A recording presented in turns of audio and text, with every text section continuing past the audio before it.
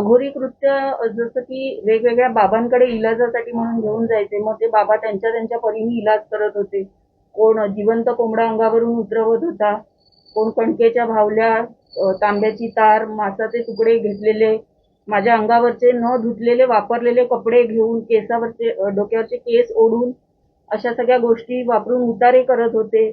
कच्चं गोमूत्र किंवा हळद खायला देणे किंवा हे सगळे देवीच्या समोरची ती जी अगरबत्तीची उभी असते ती तीर्थ म्हणून असं एवढं पेला पेला भरून प्यायला देणे, असं सगळे विचित्र प्रकार. म्हणजे फक्त त्यांच्या मुलाचं एक हे की तो शारीरिक संबंध करण्यासाठी असक्षम आहे हे लपवण्यासाठी त्यांनी हे सगळं पूर्ण प्लॅनिंग मी करून माझं आयुष्य बर्बाद केलेलं आहे. त्यांनी खोटं बोलून आमची फसवणूक करून त्यांनी पूर्ण प्लॅनिंगने आमचं घात केलेला आहे. लग्नानंतर पण त्यांनी आधी सांगितलेल्या सगळ्या गोष्टी वेगळ्या होत्या आणि लग्नानंतरचं पूर्ण चित्रच वेगळं होतं. त्याच्यामुळे प्रत्येक दृष्ट्या आर्थिक, मानसिक, शारीरिक, भावनात्मक छळ असा गीतेश आणि त्याच्या पूर्ण परिवाराकडून करून 7 वर्ष ही सतत माझी छळवणूक करून त्यांनी माझा आणि माझ्या फॅमिलीचा पूर्ण घात केलेला आहे. सर्वप्रथम पॉलिटिकल बॅकग्राऊंड असल्यामुळे, एक सबळ फॅमिली असल्यामुळे आणि मला मेनली गीतेश बरोबर चांगला संसार करण्यासाठी म्हणून आम्ही कधीच कुठलीच तक्रार केली नव्हती. या आशेवर सगळं सहन करत गेले की आज ना उद्या परिस्थिती बदलेल आणि सगळे आनंदाने राहू.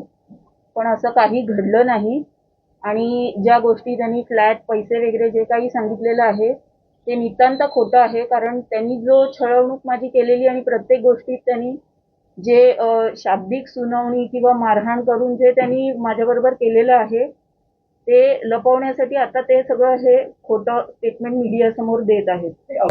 अघोरी कृत्य ॲज इन 2018 मध्ये, म्हणजे डिसेंबर 2017ला लग्न झाल्यापासून सप्टेंबर 2018 पर्यंत आमच्यात काहीही शारीरिक संबंध आले नव्हते.